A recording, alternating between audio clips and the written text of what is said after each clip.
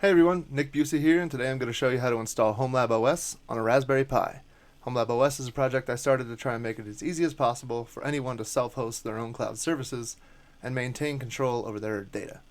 Today I'm going to be installing it on a Raspberry Pi 3, but these instructions should be the same for any server, cloud-based or physical. So let's get started. You should be able to just type in HomelabOS into any search engine and find our GitLab page. Scroll down to the installation instructions where it will tell you to download the latest version from GitLab. So then I can just cd into that directory and I'll run make config to set everything up. It's going to ask me a few questions. What is the local IP of your server you can SSH to? What is a user you can SSH to the web server with? I've already copied my SSH key over there. There is currently no sudo password on that server.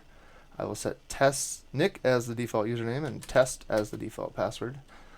For this video, I'm just going to invent a domain name, but obviously real domain names there will work. You will just have to update your registrar with the correct IP and do some port forwarding, which we'll talk about in a second, optionally. So I'm going to tell it to set a configuration value. I'm going to set enable Jellyfin to true. Jellyfin is a media host. So now that I've told it to enable a service and given it some basic information, all I need to do is run make, and this will do everything else for me. It sets up Docker on the server, installs tools like Mosh, which enables a persistent SSH session over a sketchy internet connection, which is handy. It also installs tools like Glances, which is a server monitoring command line tool. And then it installs the services themselves. So for now it's just going to install Jellyfin for us, but you can enable anything in this list of services here, all of these guys. It all works the same way. You just go in and hit enable whatever that service name is. You can also edit the config file directly. So if you see inside here, it will create a settings folder with a config.yaml file with all your information in it. And you can go through and just change any of these that you want to true. Or you can use the command line. So here for enable sonar, let's say I wanted to enable that. Let's say make set enable sonar true. And it will go ahead and update that value for me.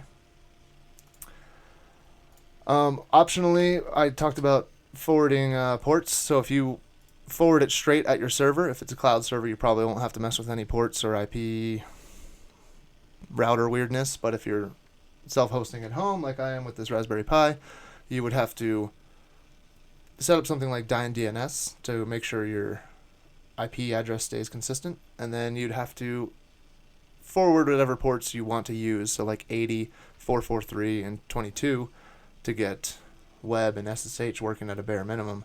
You would have to forward those ports in your router to your on-site server. Optionally, you can use HomelabOS to spin up a Terraform Cloud Bastion server. So if you just tell HomelabOS your DigitalOcean access token and run make Terraform, it will spin up a server for you, a $5 VPS host on DigitalOcean, and it will set up Tink with a VPN and a reverse proxy on the cloud server. So that way you can just point your domain name at your cloud-based Bastion server, and it does two things. It prevents you from having to mess with the port forwarding stuff I just talked about, and it also hides your local IP. It doesn't expose that to the internet. So you can see here it's set up Jellyfin. Now it's going through and just making sure everything I didn't set up is not running. So I should be able to SSH into my server and see those services running. And then as soon as it's done pulling the Docker images from Docker Hub, I should be able to hit the domain and see the actual service. Okay, so there. Oh, I had previously set up Jellyfin, so it already downloaded the file for us, which is nice. So if I edit my host file, right here I can set up jellyfin.test.local and point it to my local IP as a way to simply test things. Obviously, in a real scenario, you would go to your registrar name service and set this there. So now I should be able to open jellyfin.test.local.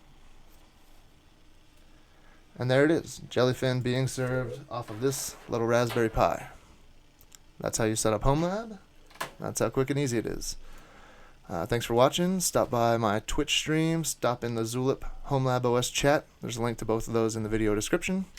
Happy home hosting.